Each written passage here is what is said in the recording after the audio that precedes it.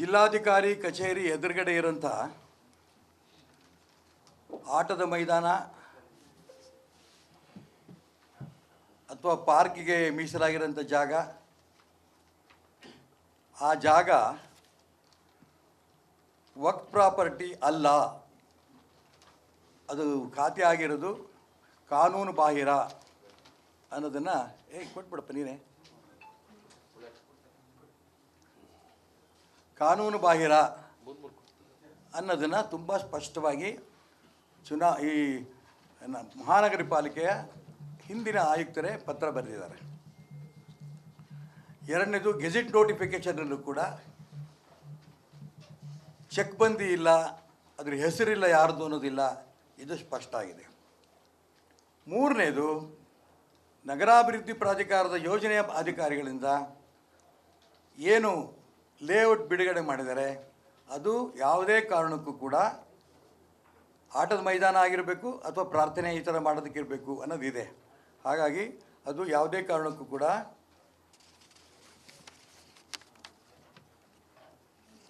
ನಗರ ಪಾಲಿಕೆಯದೇ ಆಸ್ತಿ. ಅದು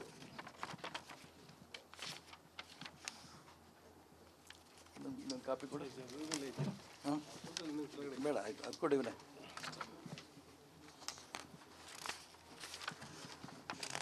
ಎಲ್ಲ ಕಡೆ ಇನ್ನೊಂದು ಏನಾರ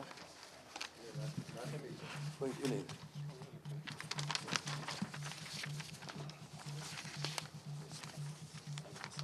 ಇನ್ನೂ ಕೂಡ all India Muslim personal law ಬೋರ್ಡ್ನವರು 28ನೇ ತಾರೀಕು ಮಹಾನಗರ ಪಾಲಿಕೆ ಆಯುಕ್ತರಿಗೆ ಒಂದು ಅನುಮತಿ ಕೋರೋದಕ್ಕೆ ಒಂದು ಮನವಿ ಕೊಡ್ತಾರೆ. ಅದರಲ್ಲಿ ಅವ್ರು ಹೇಳ್ತಾ ಇದ್ದಾರೆ, ವಕ್ಫ್ ಸುನ್ನಿ ಈದ್ಗಾ ಮೈದಾನ DC ಕಚೇರಿ ಎದುರಿದೆ ನಾವು ಹೇಳ್ತಾರೆ, ಅಲ್ಲಿ ಕಾರ್ಯಕ್ರಮ ನಾವು ಮಾಡ್ತಿದ್ದೀವಿ ಅಂತ. ವಕ್ಫ್ ಸುನ್ನಿ ಈದ್ಗಾ ಮೈದಾನ ಇದು ನಗರಸಭೆ ಆಸ್ತಿ. ನಾನು ಡಾಕ್ಯುಮೆಂಟ್ ಸಮೇತ ಜಿಲ್ಲಾಧಿಕಾರಿಗಳು ಕೊಟ್ಟಿದ್ದೇನೆ, ಡಾಕ್ಯುಮೆಂಟ್ ಸಮೇತ ಮಹಾನಗರ ಪಾಲಿಕೆ ಆಯುಕ್ತರು ಕೊಟ್ಟಿದ್ದೇನೆ. ಕೊಟ್ಟರೂ ಕೂಡ ಅವ್ರು ಇನ್ನೂ ಕೂಡ ತಮ್ಮ ವಶಕ್ಕೆ ಅದನ್ನು ತೊಗೊಂಡಿದ್ದಾರೋ ಇಲ್ಲೋ. ಈಗ ಪ್ರಾರಂಭಕ್ಕೇನೋ ಬೇಲಿ ಗೀಲಿ ಹಾಕ್ಕೊಂಡು ಮಾಡಿದ್ರು. ಈಗ ಮಾಮೂಲಿಯಂತೆ ಆ ಮೈದಾನವನ್ನು ಸಾರ್ವಜನಿಕರು ಬಳಸ್ತಾ ಇದ್ದಾರೆ. ಈ ಆಸ್ತಿ ತುಂಬ ಸ್ಪಷ್ಟವಾಗಿ ಹೇಳ್ತೇನೆ, ಅದು ಕಾರ್ಪೊರೇಷನ್ನ ಆಸ್ತಿ. ಆ ಆಸ್ತಿನ ಸ್ಪಷ್ಟ ಮಾಡಬೇಕು ಆಯುಕ್ತರು, ಜಿಲ್ಲಾಧಿಕಾರಿಗಳು. ಇದನ್ನು ಯಾರ್ಯಾರೋ ಒತ್ತುವರಿ ಮಾಡ್ಕೊಳ್ಳೋಕ್ಕೆ ಪ್ರಯತ್ನ ಮಾಡ್ತಾರೆ ಮುಸಲ್ಮಾನರು, ಒತ್ತುವರಿ ಮಾಡ್ಕೊಳ್ಳೋಕೆ ನಾವು ಬಿಡೋದಿಲ್ಲ. ಅವರೇ ಕೊಟ್ಟಿದ್ರಲ್ಲ ಅರ್ಜಿ, ಸವಳಂಗ ರಸ್ತೆಯಲ್ಲಿ ವಕ್ಫ್ ಸುನ್ನಿ ಈದ್ಗಾ ಮೈದಾನ, ನಿಮಗೊಂದು ಕಾಪಿ ಕೊಟ್ಟಿದ್ದೀನಿ. ಅವ್ರೇನು ಅರ್ಜಿ ಕೊಟ್ಟಿರೋ ಅದರಲ್ಲಿ. ನಾನು ಯಾಕೆ ಈ ಕಾಪಿ ಕೊಟ್ಟಿದ್ದೀನಿ, ಬೇರೆ ವಿಶೇಷ ಏನಿಲ್ಲ ಇದರಲ್ಲಿ. ಈ ಆಸ್ತಿ ನಮ್ಮದು ಅನ್ನೋ ಥರದಲ್ಲಿ ಅವ್ರು ತೋರ್ಸೋಕೆ ಹೋಗಿದ್ದಾರೆ. ಇದ್ರ ಮುಖಾಂತರ ಅವ್ರು ಪರ್ಮಿಷನ್ ತೊಗೊಂಡು, ನೀವೇ ನಾವು ಕೊಟ್ಟಿದ್ದೆ ಅರ್ಜಿ, ನಮಗೆ ಪರ್ಮಿಷನ್ ಕೊಟ್ಟಿದ್ರಿ ಅಂತ ನಾಳೆ ಕೇಳ್ಬೋದು ಅವರು. ಹಾಗಾಗಿ ಈ ಒಂದು ಆಸ್ತಿ ಕಾರ್ಪೊರೇಷನ್ ಆಸ್ತಿ. ಇದು ಯಾವುದೇ ಕಾರಣಕ್ಕೂ ಕೂಡ ಅವ್ರು ಏನು ಮನವಿ ಕೊಟ್ಟಿದ್ದಾರೆ ಇಲ್ಲಿ, ಈ ಮನವಿ ಕೊಟ್ಟಿರೋದ ಪ್ರಕಾರ ಆ ಜಾಗದಲ್ಲಿ ವಕ್ಫ್ ತಿದ್ದುಪಡಿ ಕಾಯ್ದೆ ಅದ್ರ ವಿರುದ್ಧ ಅವರೇನು ಪ್ರತಿಭಟನೆ ಮಾಡಬೇಕು ಅಂತ ಹೊರಟಿದ್ದಾರೆ. ಆ ಜಾಗಕ್ಕೆ ಮೊದಲನೇದಾಗಿ ಯಾವ ಕಾರಣಕ್ಕೂ ಅವಕಾಶ ಕೊಡಬಾರ್ದು. ಇದು ಮೊದಲನೇ ನನ್ನ ಒತ್ತಾಯ. ಇದರಲ್ಲಿ 2 ಸೀಟ್ ಇಟ್ಟಿದ್ದೇನೆ. ಇದು ನಾನು ಪತ್ರಿಕಾಗೋಷ್ಠಿ ಕರೆಯುವಂಥ ಸಂದರ್ಭದಲ್ಲಿ ಈ ಒಂದು ಕಾಪಿ ನನಗೆ ಸಿಕ್ತು. ಇದಾದ ನಂತರ ನಾನು ಕಾರ್ಪೊರೇಷನ್ ಕಮಿಷನರ್ಗೆ ಅವ್ರು ಪತ್ರ ಕೊಟ್ಟಿದ್ದಕ್ಕೋಸ್ಕರ ನಾನು ಅವರಿಗೆ ಕೇಳಿದೆ, ನಿಮಗೆ ಪತ್ರ ಬಂದಿದೆಯಾ, ಅನುಮತಿ ಕೊಟ್ಟಿದ್ದೀರಾ ಅಂತ ಕೇಳಿದಾಗ ಪತ್ರ ಬಂದಿದೆ, ಅನುಮತಿ ಕೊಟ್ಟಿಲ್ಲ ಇಷ್ಟು ಹೇಳಿದ್ರು. ಇನ್ನೇನು ಅವ್ರ ಹತ್ರ ಕೇಳೋಕ್ಕೆ ಹೋಗಲಿಲ್ಲ. ಈಗ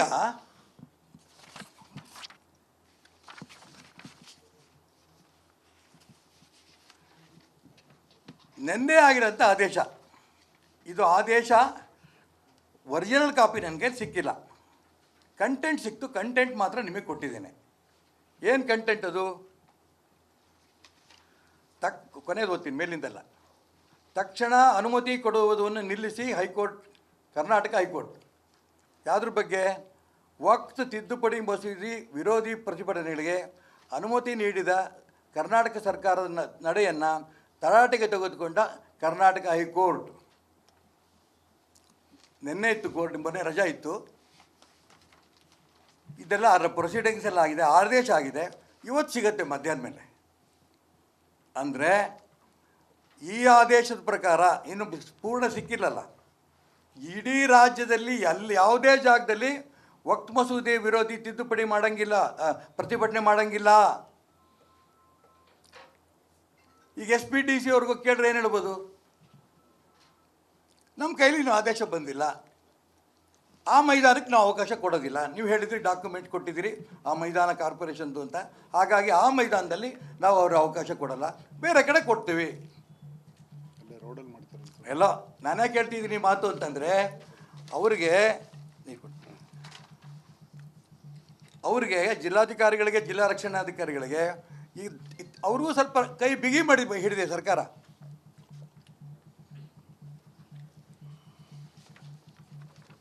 ಮುಸಲ್ಮಾನರನ್ನು ಜೊತೆ ಇಟ್ಕೊಂಡು ಹೋಗ್ಬೇಕು ಅನ್ನೋಂಥ ಭಾವನೆ ಅವ್ರದ್ದಿದೆ. ನಾನು ಕಾನೂನು ಪ್ರಕಾರವಾಗಿ ನೀವೇನು ಬೇಕಾದ್ರೆ ಕೊಡಿ, ನಂದು ಅಭ್ಯಂತರ ಇಲ್ಲ. ಈ ಮೊದಲನೇದಾಗಿ ನನಗೆ ಗೊತ್ತಿರೋ ಪ್ರಕಾರ ಇದೇನು ಆಟದ ಮೈದಾನ ಅಂತ ಅಂದ್ಕೊಂಡಿದ್ದೀವಿ, ಆ ಜಾಗಕ್ಕೆ ಪರ್ಮಿಷನ್ ಕೊಡಲ್ಲ ಅಂತ ನಾನು ಅಂದ್ಕೊಂಡಿದ್ದೀನಿ. ಯಾಕೆಂದ್ರೆ ಡಾಕ್ಯುಮೆಂಟ್ ಎಲ್ಲ ಕೊಟ್ಟಿರೋದ್ರಿಂದ. ಬೇರೆ ಕಡೆ ಅನುಮತಿ ಕೊಡ್ಬೋದು. ಬೇರೆ ಕಡೆ ಅನುಮತಿ ಕೊಡೋಕ್ಕೆ ಅವ್ರಿಗೆ ಈ ನಿನ್ನೆ ತನಕ ಅವಕಾಶ ಇದೆ. ಇವತ್ತೇನಾದ್ರು ಕೋರ್ಟ್ ಆದೇಶ ಹೊರಗೆ ಬಂತು ಅಂತಂದರೆ ನಾಳೆನೂ ಅದು ಕೊಡೋಕ್ಕೆ ಬರಲ್ಲ. ಬಂದೆ ಹೌದು, ಹಾಂ ಸರಿ ಇದೆ. ನಾನು ಅದನ್ನೇ ಹೇಳ್ತಾ ಇರೋದು. ಪ್ರಕರಣ ಇರೋ ತನಕ ತಪ್ಪಾದ ಮೇಲೆ ಸುಪ್ರೀಂ ಕೋರ್ಟ್ ಜಡ್ಮೆಂಟ್ ಬಂತಾ? ಹೈಕೋರ್ಟ್ ಜಡ್ಮೆಂಟ್ ಬಂದಿದೆ, ಅದು ಕಾಪಿ ಸಿಕ್ಕಿಲ್ಲ, ಇವತ್ತು ಸಿಗತ್ತೆ. ಅಲ್ಲ ಅಷ್ಟರೊಳಗೆ ಇವ್ರಿಗೆ ಆ ಥರ ಏನು ಇದಕ್ಕಿಂತ ಮದುವೆ ಮಾಡ್ಕೋಬೇಕು ಯಾರು? ಏನು ಅರ್ಜೆಂಟ್ ಇತ್ತು ಇವ್ರಿಗೆ? ಸಾಮೂಹಿಕ ಒಂದು ಮದುವೆ ಮಾಡೋಕೆ ಕೊಟ್ಟಿದ್ರೆ ಯಾರ್ದರಲ್ಲಿ? ಸಾರ್ವಜನಿಕ ಆಸ್ತಿಯಲ್ಲಿ ಏನು ಬೇಕಾದ್ರೂ ಮಾಡ್ಬೋದು, ಎಲ್ಲಿ ಬೇಕಾದ್ರೂ ಹೋಗಿ. ಪ್ರತಿಭಟನೆ ಯಾವುದಕ್ಕೆ ಪ್ರತಿಭಟನೆ ಮಾಡ್ತಿರೋದು? ಗೌರ್ಮೆಂಟಿಂದ ಮಸೂದೆ ಪಾಸ್ ಆಗಿರೋದಕ್ಕೆ ಎಲ್ಲ ಕಡೆ ಪೋಸ್ಟ್ ಹಾಕ್ಕೊಟ್ಟಿದ್ದಾರೆ. ಯಾವುದನ್ನು? ರಾಷ್ಟ್ರಧ್ವಜದ ಫ್ಲ್ಯಾಗ್ ಹಾಕ್ಕೊಟ್ಟಾರಲ್ಲಿ. ಅಮೆಂಡ್ಮೆಂಟ್ ಅಲ್ಲ, ಇದು ಬಿಲ್ ಪಾಸ್ ಆಗೋಗಿರೋದು. ಇದು ಸರ್ಕಾರದ ಕಾನೂನು ವಿರುದ್ಧವಾಗಿ ನೀವು ನ್ಯಾಷನಲ್ ಫ್ಲ್ಯಾಗ್ ಹಾಕ್ಕೊಂಡು ಪ್ರತಿಭಟನೆ ಮಾಡಿದ್ರೆ ಕಾನೂನು ಬಾಹಿರ. 8ನೇ ತಾರೀಕು ನೀವು ಹೇಳಿದ ಸರಿ ಇದೆ. 8ನೇ ತಾರೀಕು ಜಡ್ಮೆಂಟ್ ಬರಲಿ. 5ನೇ ತಾರೀಕು ಬರಲಿ. ಆ ಜಡ್ಮೆಂಟ್ ನೋಡೋಣ ಏನು ಬರುತ್ತೆ ಅಂತ ತೀರ್ಮಾನ. ಜಡ್ಮೆಂಟ್ ಬರೋ ಮುಂಚೆನೇ ಇವ್ರು ಕೂಗಾಡ್ಕೊಂಡು ಎಲ್ಲ ಸರ್ಕಾರಿ ಜಾಗದಲ್ಲಿ ಇವ್ರು ಮಾಡ್ಕೊಂಡು ಹೊಂಟ್ರೆ ಚಿಮಾರಿ ಹಾಕಿದ್ದೆ ಇರು, ನಾನು ಹಾಕಿದ್ದಲ್ಲ, ಕೋರ್ಟ್ ಹಾಕಿರೋದು. ಏನು? ಸಾರ್ವಜನಿಕವಾಗಿ ನ್ಯಾಷನಲ್ ಹೈವೇನೆಲ್ಲ ಇವ್ರ ಮೆರವಣಿಗೆಗಳು. ಅದಕ್ಕೋಸ್ಕರ ನಾನು ಹೇಳಕ್ಕೆ ಕೊಟ್ಟಿರೋದು, ಮುಸಲ್ಮಾನರ ರಾಜ್ಯ ಇನ್ನೂ ಆಗಿಲ್ಲ ಕರ್ನಾಟಕ. ಯಾರಿಗೂ ಕೂಡ ಪ್ರಜಾಪ್ರಭುತ್ವದಲ್ಲಿ ಪ್ರತಿಭಟನೆ ಮಾಡೋದಕ್ಕೆ ಅಧಿಕಾರ ಇಲ್ಲ ಅಂತ ಹೇಳಕ್ಕೆ ಬರಲ್ಲ. ಬಿಲ್ ಪಾಸ್ ಆಗಿರೋಂಥ ಬಿಲ್ ಬಗ್ಗೆ ಈ ಸರ್ಕಾರಿ ಡಾಕ್ಯುಮೆಂಟ್ ಆಗೋಯ್ತಿದ್ದು ಇವ್ರು ಹಾಕಿದ್ದಕ್ಕೋಸ್ಕರ ಹೈಕೋರ್ಟಲ್ಲಿ ಇಲ್ಲ ಅಂತು, ಹೋಗ್ಯಾರ ಸುಪ್ರೀಂ ಕೋರ್ಟ್ ಹೋಗಲಿ. ಆದರೆ ಅಷ್ಟರೊಳಗೇ ಎಲ್ಲ ಜಾಗದಲ್ಲಿ ಇವ್ರು ಮಾಡ್ತಾ ಹೋದರೆ ಈ ಒಂದು ಕೊಲೆ ಆಗಿದೆ ನಿನ್ನೆ, ಇನ್ನೆಷ್ಟು ಕೊಲೆಗಳಾಗುತ್ತೋ ಗೊತ್ತಿಲ್ಲ. ಈ ನೆಪದಲ್ಲೇ ಕೊಲೆಗಳು ಮಾಡ್ಬೋದು ಮುಸಲ್ಮಾನರು. ಅದಕ್ಕೋಸ್ಕರ ಸರ್ಕಾರ ಸ್ವಲ್ಪ ಜಾಗೃತಿಯಿಂದ ಇರಬೇಕು. ಪರ್ಮಿಷನ್ ಕೊಡಬೇಕಾದ್ರೂ ಎಲ್ಲಿ ಕೊಡಬೇಕು, ಏನು ಕತೆ ತೀರ್ಮಾನ ಮಾಡಬೇಕು. ಎಲ್ಲಿ ತನಕ? ನಾಳೆ ತನಕ. ಇವತ್ತು ಕೋರ್ಟ್ ಜಡ್ಮೆಂಟ್ ಬಂದರೆ ಅದು ಕಾಪಿ ಇಟ್ಕೊಂಡು ನೀನು ಪರ್ಮಿಷನ್ ಕೊಡಲ್ಲ. ಸ್ಪಷ್ಟವಾಗಿ ಹೇಳಿದ್ದಾರೆ.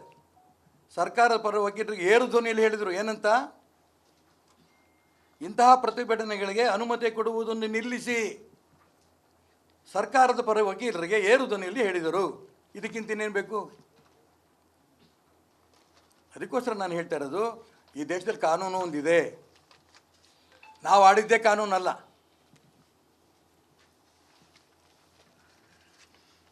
ಮೂರನೇದು, ಇದೆಲ್ಲ ಮುಗೀತು. ನಾನು ಕಾರ್ಪೊರೇಷನ್ನ ಅಧಿಕಾರಿಗಳಿಗೆ ಒಂದು ಮನವಿ ಮಾಡ್ತೇನೆ. ಈಗೇನು ಮೈದಾನ ಒತ್ತುವರಿ ಮಾಡಿಕೊಂಡಿದ್ರು ಮುಸಲ್ಮಾನರು, ಅದನ್ನು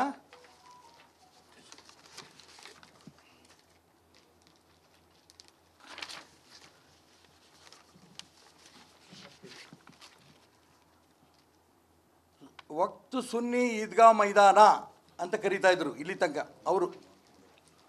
ವಕ್ತ್ ಸುನ್ನಿ ಈದ್ಗಾ ಮೈದಾನ ಅಂತ ಕರಿತಾ ಇದ್ದಿದ್ದು ಒತ್ತುವರಿ ಆಗಿದ್ದರಿಂದ ಇದು ಕಾರ್ಪೊರೇಷನ್ ಜಾಗ ಅನ್ನೋದಕ್ಕೆ ದಾಖಲೆ ಸಮೇತಗಳನ್ನು ಅವಾಗಲೇ ಕೊಟ್ಟಾಗಿದೆ. ಅದಕ್ಕೋಸ್ಕರ ಅವ್ರಿಗೆ ಪರ್ಮಿಷನ್ ಆ ಜಾಗದಲ್ಲಿ ಇವತ್ತು ಡಿ ಸಿ ಅವರಾಗಲಿ ಅಥವಾ ಕಾರ್ಪೊರೇಷನ್ ಅವರಾಗಲಿ ಅಲ್ಲಿ ಅನುಮತಿ ಕೊಡದೇ ಇರೋಕ್ಕೆ ನಾನು ಸ್ವಾಗತ ಮಾಡ್ತೇನೆ. ಇದು ಕಾರ್ಪೊರೇಷನ್ ಜಾಗ ಅಂತ ತೀರ್ಮಾನ ಆಗಿದೆ ನಮ್ಮ ಲೆಕ್ಕದಲ್ಲಿ. ಅಲ್ಲ, ಅದಕ್ಕೋಸ್ಕರ ಪರ್ಮಿಷನ್ ಕೊಟ್ಟಿಲ್ಲ ಅವರು, ಬೇರೆ ಕಡೆ ಮಾಡ್ಕೊಡ್ಲಿ. ನಾನು ಕಾರ್ಪೊರೇಷನ್ ಅಧಿಕಾರಿಗಳಿಗೆ ಹೇಳೋಕ್ಕೆ ಇಷ್ಟಪಡ್ತೇನೆ, ಆ ಒಂದು ಪವಿತ್ರವಾದ ಜಾಗ ಇಡೀ ಶಿವಮೊಗ್ಗ ನಗರ ಜನಕ್ಕೆ ಸೇರಿರೋ ಜಾಗ ಅದು. ಅದಕ್ಕೆ ಒಂದು ಒಳ್ಳೆ ಹೆಸರಿಡೋದಕ್ಕೆ ನೀವೇ ಕಾಲ್ ಮಾಡಿ. ಯಾವ ಹೆಸರಿಟ್ಟರೆ ಒಳ್ಳೆಯದು ಆ ಮೈದಾನಕ್ಕೆ? ಉದಾಹರಣೆಗೆ ಅಲ್ಲಿ ಫ್ರೀಡಮ್ ಪಾರ್ಕಿಗೆ ಅಕ್ಕ ಮಹಾದೇವಿ ಹೆಸರಲ್ಲಿ ಇಟ್ಟಿದ್ದಾರಲ್ವ, ಈಗ ಅಲ್ಲಮ್ಮ ಪ್ರಭು ಹೆಸರಿಟ್ಟಾರೆ, ವೆರಿ ಗುಡ್. ನೆಹರು ಮೈದಾನ ಇಲ್ಲಿಟ್ಟಿದೆ, ಹೌದಾ? ಅದೇ ಪ್ರಕಾರ ಒಬ್ಬ ಮಹಾಪುರುಷರ ಹೆಸರನ್ನು ಆ ಒಂದು ಮೈದಾನಕ್ಕೆ ಇಡೋದಕ್ಕೆ ಕಾರ್ಪೊರೇಷನ್ ಅಧಿಕಾರಿಗಳೇ ಕಾಲ್ ಮಾಡಲಿ. ಅದು ಮಾಡಲಿಲ್ಲ ಅಂದರೆ ನಾನು ಇಡೀ ಶಿವಮೊಗ್ಗ ನಗರದ ಜನಕ್ಕೆ ಪ್ರಾರ್ಥನೆ ಮಾಡ್ತೇನೆ, ನನ್ನ ಮನೆಗೆ ಒಂದು ನಿಮ್ಮ ಸಲಹೆ ಪತ್ರ ಕಳಿಸಿ, ಏನು ಹೆಸರು ಇಡಬೇಕು ಅಂತ. ನಾನು ಅದನ್ನೆಲ್ಲ ಜೋಡಿಸಿ ಒಟ್ಟಿಗೆ ತೊಗೊಂಡೋಗಿ ಕಾರ್ಪೊರೇಷನ್ ಅಧಿಕಾರಿಗಳಿಗೆ ಒಂದು ಸಲಹೆ ಮುಖಾಂತರ ಅದನ್ನು ಕೊಡ್ತೇವೆ, ಏನು ಹೆಸರು ಇಡಬೇಕು ಅಂತ. ನೀವೇ ಕರೆ ಮಾಡಿದ್ರೆ ಶಿವಮೊಗ್ಗ ನಗರ ಜನ ನಿಮಗೆ ಕಾರ್ಪೊರೇಷನ್ಗೆ ಕೊಡ್ಬೋದು.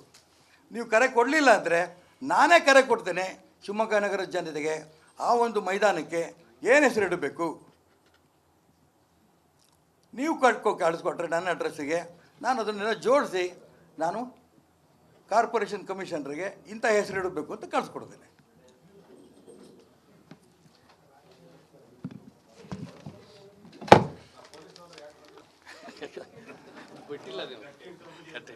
ಅವನಿಗೂ ಪೊಲೀಸ್ನವ್ರಿಗೆ ಸಂಬಂಧ ಜಾಸ್ತಿ.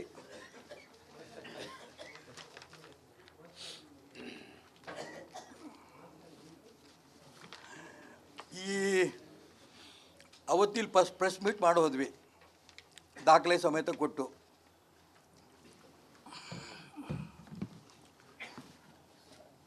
ಅದಾದ ನಂತರ ಕಾರ್ಪೊರೇಷನ್ ಹೋಗಿ ಕಮಿಷನರ್ಗೂ ಒಂದು ಪತ್ರ ಕೊಟ್ವಿ, ಯಾವ ಕಾರಣಕ್ಕೂ ಅದನ್ನು ನಿಮ್ಮದೇ ಆಸ್ತಿ ಆಗಿರೋದನ್ನು ಪರ್ಮಿಷನ್ ಕೊಡಬೇಡಿ ಅಂತ. ಅವರಿನ್ನೂ ಕೊಟ್ಟಿಲ್ಲ, ಈ ನಿಮಿಷ ತನಕ ಕೊಟ್ಟಿಲ್ಲ ಅಂತ ನಾನು ಅಂದ್ಕೊಂಡಿದ್ದೀನಿ, ಕೊಡೋದಿಲ್ಲ ಅಂತ ಅಂದ್ಕೊಂಡಿದ್ದೀನಿ. ಇದೆಲ್ಲ ಮುಗಿಸ್ಕೊಂಡು ಪ್ರೆಸ್ ಮೀಟ್ ಮುಗಿಸ್ಕೊಂಡು ಕಮಿಷನರ್ನ ಹೋಗಿ ಭೇಟಿ ಮಾಡಿ ಕೊಡಬೇಡಿ ಅಂತಲೂ ಹೇಳಿದ ಮೇಲೆ ವಾಪಸ್ ಹೋದ್ಮೇಲೆ ನಮ್ಮನೆ ಸಂಜೆ DYSP ಅವರು ಇಬ್ಬರು ಸರ್ಕಲ್ ಇನ್ಸ್ಪೆಕ್ಟರ್ ನಮ್ಮನೆ ಬಂದರು. ನಮ್ಮನೆ ಬಂದು ಕೇಳಿದ್ರು, ಸರ್ ಅದನ್ನು ಇದೊಂದು ಸರಿ ಪರ್ಮಿಷನ್ ಕೊಡ್ತಾ ಇದ್ದೀವಿ ಅಂತ. ನಿಮ್ಮ ಮನೇಲಿ ಆ ಥರ ಜಾಗ ಇದ್ದರೆ ತೊಗೊಂಡು ಕೊಡಪ್ಪ, ಇದು ಕಾರ್ಪೊರೇಷನ್ ಜಾಗ, ಇಲ್ಲಿ ಕೊಡೋಕ್ಕೆ ಬರೋಲ್ಲ ಅಂದೆ ನಾನು. ಅವರು ಒಂದು ರೀತಿಯ ರಿಕ್ವೆಸ್ಟ್ ಮಾಡಿದ್ರು, ಯಾವ ಕಾರಣಕ್ಕೂ ಕೊಡೋಕ್ಕೆ ಬರಲ್ಲ ಅಂತ ನಾನು ಹೇಳಿದ ಮೇಲೆ, ಯಾಕೆ ಪೊಲೀಸ್ ಅಧಿಕಾರಿಗಳು ಮುಸಲ್ಮಾನರ ಪರ ಯಾಕೆ ಆಗ್ತಿದ್ದಾರೆ ಅನ್ನೋದಕ್ಕೆ, ಹೇಗೋ ತಳ್ಕೊಂಡು ಹೋಗಲಿ ಶಾಂತಿಯಿಂದ ಅಂತ ಅವ್ರ ಭಾವನೆ. ಅದು ಯಾರ್ದೋ ಆಸ್ತಿನ ಯಾರೋ ತೊಗೊಂಡು ಹೋಗಕ್ಕೆ ಬರಲ್ಲ, ಕಾರ್ಪೊರೇಷನ್ ಆಸ್ತಿ ಅದು, ಅಲ್ಲಿ ಮಾಡೋಕ್ಕೆ ಬರಲ್ಲ.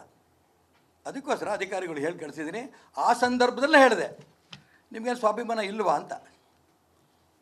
ಮುಖ್ಯಮಂತ್ರಿ ಆದ ತಕ್ಷಣ ಕಪಾಳ ಕೊಡೋಕ್ಕೆ ಅಧಿಕಾರ ಯಾರು ಕೊಟ್ಟರು ಅವರಿಗೆ?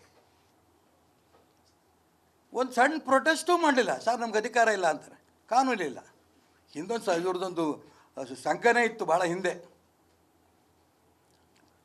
ಆದರೆ ಒಬ್ಬ ಅಧಿಕಾರಿಗೆ ಮುಖ್ಯಮಂತ್ರಿ ಕಪಾಳ ಕೊಡಿತಾರೆ ಅಂತಂತಂದರೆ ಇದನ್ನು ಪ್ರೊಟೆಸ್ಟ್ ಮಾಡೋಷ್ಟು ಕೂಡ ಅವ್ರಿಗೆ ಅಧಿಕಾರವೂ ಇಲ್ಲ, ಶಕ್ತಿನೂ ಇಲ್ಲ ಅಂತ ಆಗಿಬಿಟ್ರೆ ಯಾರು ಬೇಕಾದ್ರೂ ಒಬ್ಬ ಸರ್ಕಾರಿ ಅಧಿಕಾರಿಗೆ, ಪೊಲೀಸ್ ಅಧಿಕಾರಿಗಳಿಗೆ ಹೊಡೆಯೋಕ್ಕೆ ಹೋಗ್ಬೋದಾ?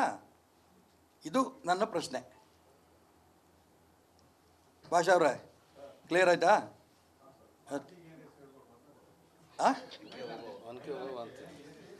ಹೇಳಿ, ನೀವೇ ಹೇಳಿ. ನೀವು ಕೊಡ್ಬೋದು ಸಲಹೆ. ಈಶ್ವರಪ್ಪ ಪಾರ್ಕ್ ನಾನು ಬದುಕಿರ್ಬೇಕಾದ್ರೆ ಅಷ್ಟೆಲ್ಲ ಇಡಬಾರ್ದು.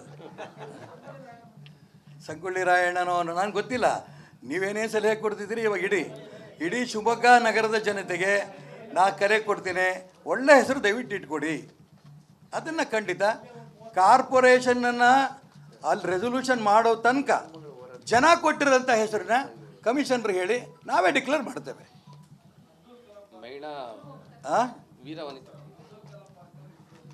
ನಾನು ಅಬ್ದುಲ್ ಕಲಾಂ ಆಗಲಿ, ಸಂಗೊಳ್ಳಿ ರಾಯಣ್ಣ ಆಗಲಿ, ಇನ್ನೇನು ಹೇಳಿರಲ್ಲ, ಯಾವ ಹೆಸರು ಕೊಡೋಕ್ಕೆ ಅವಕಾಶ ನಿಮಗೆ. ತೀರ್ಮಾನ ಮಾಡೋದು ನಾವಲ್ಲ. ಈಗ ಎಲ್ಲ ಶಿವಮೊಗ್ಗ ಜನ ಏನು ಹೆಸರನ್ನ ಇಡಬೇಕು ಅಂತ ಅಪೇಕ್ಷೆ ಪಡ್ತಾರೆ ಅದೆಲ್ಲ ಒಟ್ಟಿಗೆ ಇಟ್ಕೊಂಡು ಇದರಲ್ಲಿ ಒಂದು ಕಮಿಟಿ ಮಾಡಿ ಯಾವ್ದು ಹೆಸರು ಒಳ್ಳೆಯದು ಅಂತ ಹೇಳ್ಕೊಂಡು ಒಂದೋ ಎರಡೋ ಸಲಹೆಯನ್ನು ಕಾರ್ಪೊರೇಷನ್ ಕೊಡ್ತೀವಿ. ಅವ್ರು ಈಗಲೇ ತಗೊಂಡ್ರೆ ಸಂತೋಷ ತೀರ್ಮಾನ, ಇಲ್ಲ ಜನರ ತೀರ್ಮಾನದ ಪ್ರಕಾರ ಅದಕ್ಕೆ ಹೆಸರು ಇಟ್ಬಿಡ್ತೀವಿ ನಾವು. ಚುನಾವಣೆ ಆದ ನಂತರ ನಮ್ಮದೇ ಕಾರ್ಪೊರೇಷನ್ ಬರುತ್ತೆ ಬಹುಮತದಿಂದ, ಅಲ್ಲಿ ನಾವು ಆ ಹೆಸರನ್ನೇ ಡಿಕ್ಲೇರ್ ಮಾಡ್ತೇವೆ.